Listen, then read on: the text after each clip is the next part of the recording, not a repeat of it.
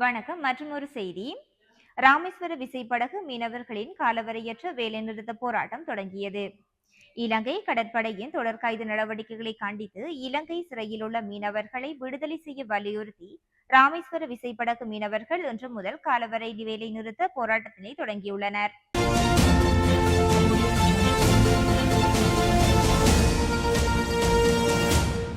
வணக்கம். என்னுடைய பேர் அன்னராசா.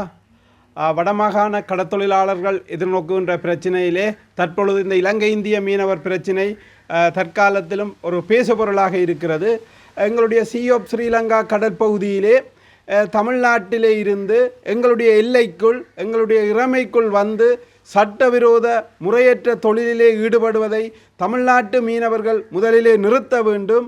நீங்கள் தொடர்ந்தும் எங்களுடைய சி ஆஃப் ஸ்ரீலங்கா கடல் பகுதிக்குள்ளே எல்லை மீறி வந்து சட்டவிரோத முறையற்ற சூழலுக்கு பாதிப்பான தொழிலை செய்து கொண்டும் எங்களுடைய நாடு எங்களுடைய அரசாங்கம் சட்டத்தின்படி எங்களுடைய எல்லைக்குள் அத்துமீறி நுழைவோர்களை கைது செய்து நீதிமன்றத்தின் ஊடாக நடவடிக்கை மேற்கொள்ளப்படுவது இது தொடர வேண்டும், தொடர்ந்து கொண்டிருக்கின்றது. ஆனால் தமிழ்நாட்டிலே இருந்து கொண்டு எல்லை மீறி சி ஆஃப் ஸ்ரீலங்கா கடல் பகுதியிலே வந்து தொழிலையும் ஈடுபட்டு எங்களுடைய வளத்தையும் வாழ்வாதாரத்தையும் அழித்து கொண்டும் தமிழ்நாட்டிலே தொடர் போராட்டங்களோ அல்லது இலங்கை அரசுக்கு எதிரான போராட்டங்களையோ செய்வது தமிழ்நாட்டு மீனவர்களுடைய பொருத்தமற்ற அல்லது எங்களுக்கு வேதனை அளிக்கிற ஒரு செயல்பாடாக இருக்கின்றது. ஏனென்று கேட்டால் சட்டம் தெளிவாக சொல்கிறது, இரட்டை இழுவைமடி தொழில் சி ஆஃப் ஸ்ரீலங்கா கடற்பகுதியிலே நிறுத்தி இருக்கின்றது.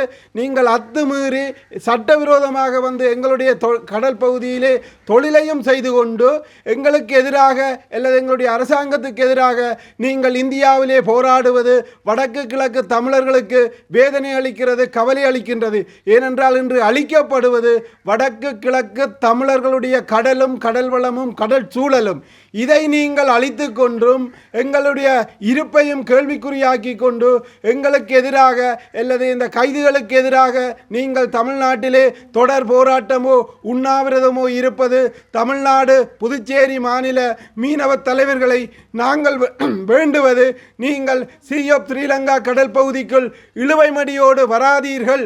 வந்து எங்களுடைய சூழலையும் தமிழ்நாட்டிலும் சரி இலங்கையிலும் இருக்கின்ற பாரம்பரிய சிறு மீனவரை கருவறுக்கும் ஒரு செயல்பாட்டினை தமிழ்நாட்டினுடைய இழுவைமடி அல்லது விசைப்படகு சங்கத்தினர் தொடர்ந்து செய்து கொண்டு அதை தொடர்ந்து எங்களுடைய சி ஆஃப் ஸ்ரீலங்கா கடலில் செய்வதற்கு ஆதரவாக தமிழ்நாட்டிலே போராட்டம் செய்வது தொடர்வது எங்களுக்கு வேதனை அளிக்கிறது, கவலை அளிக்கிறது. உங்களுடைய நியாயமற்ற அர்த்தமற்ற போராட்டத்தை தமிழ்நாடு புதுச்சேரி மாநில மீனவர்கள் நீங்கள் நிறுத்த வேண்டும் என்பது வடக்கு கடற்றொழில் மக்களுடைய தயவான வேண்டுகோளாக இருக்கின்றது. ஏனென்றால் இல்லை வடக்கிலே யுத்தம் முடிந்தும் இன்றும் நாங்கள் எங்களுடைய கடலிலே சுதந்திரமாக தொழிலில் ஈடுபட முடியாத ஒரு சூழ்நிலைக்கு இரட்டை இழுவைமடியும் சி ஆஃப் ஸ்ரீலங்கா கடலிலே அத்துமீறி மீன் பிடிப்பதனால் எங்களுடைய வளமும் வாழ்வாதாரமும் அளிக்கப்படுகிறது. எனவே நீங்கள் பொருத்தமற்ற போராட்டத்தை அல்லது உண்மைக்கு புறம்பான போராட்டத்தை வடமாகாணத்திலே முல்லைத்தீவு தொடக்கம் நெடுந்தீவு வரையான கடல் பிரதேசத்திலே சி ஆஃப் ஸ்ரீலங்கா கடலிலே அத்துமீறி தொழிலை செய்து கொண்டு தமிழ்நாட்டிலே கச்சதீவுக்கு அண்மித்த பகுதியிலே மீன்பிடித்த போது கைது செய்யப்படுவதான ஒரு உண்மைக்கு புறம்பான குற்றச்சாட்டை தமிழ்நாட்டு ஊடகங்களும் தமிழ்நாட்டு மீனவ தலைவர்களும் வைப்பது கவலை அளிக்கிறது, வேதனை அளிக்கிறது.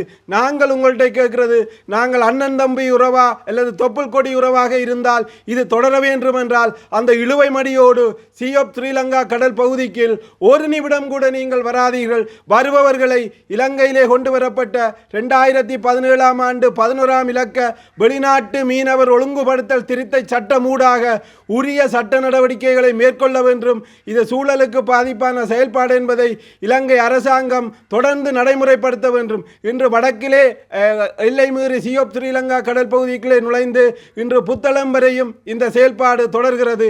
எனவேதான் நாங்கள் வடக்கு தமிழர்கள் அல்லது வடகிழக்கு தமிழர்கள் நாங்கள் தமிழ்நாட்டிலே இழுவைமடி அல்லது முறைய முறையற்ற சட்டவிரோத தொழில் செய்கின்ற தமிழ்நாட்டு மீனவர்களை கேட்பது எங்களையும் அழித்து தமிழ்நாட்டிலே இருக்கின்ற சிறு மீனவரை அல்லது நாட்டுப்படகு மீனவரை அழிக்கின்ற செயல்பாடும் தான் உங்களுடைய செயல்பாடு.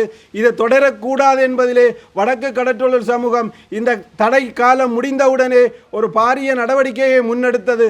ஆனால் கட்டுக்குள் வரும் என்று நீங்கள் தொடர்ந்து அத்துமீறி சியோப் ஸ்ரீலங்காவுக்குள் வந்து கொண்டு கூட உங்களுடைய வரவையும் உங்களுடைய தொழிலையும் நியாயப்படுத்துவது ஒருபோதும் வடக்கு கடற்றொழில் சமூகத்தாலே ஏற்றுக்கொள்ள முடியாத ஒன்றும் வேதனையும் கவலையும் அளிக்கின்ற செயல்பாட்டை தமிழ்நாடு புதுச்சேரி மீனவர்கள் செய்ய வேண்டாம் என்று வடபகுதியைச் சேர்ந்த 50,000 குடும்பங்கள் 2 லட்சம் மக்கள் சார்பான தயவான கோரிக்கையை நாங்கள் முன்வைக்கின்றோம்.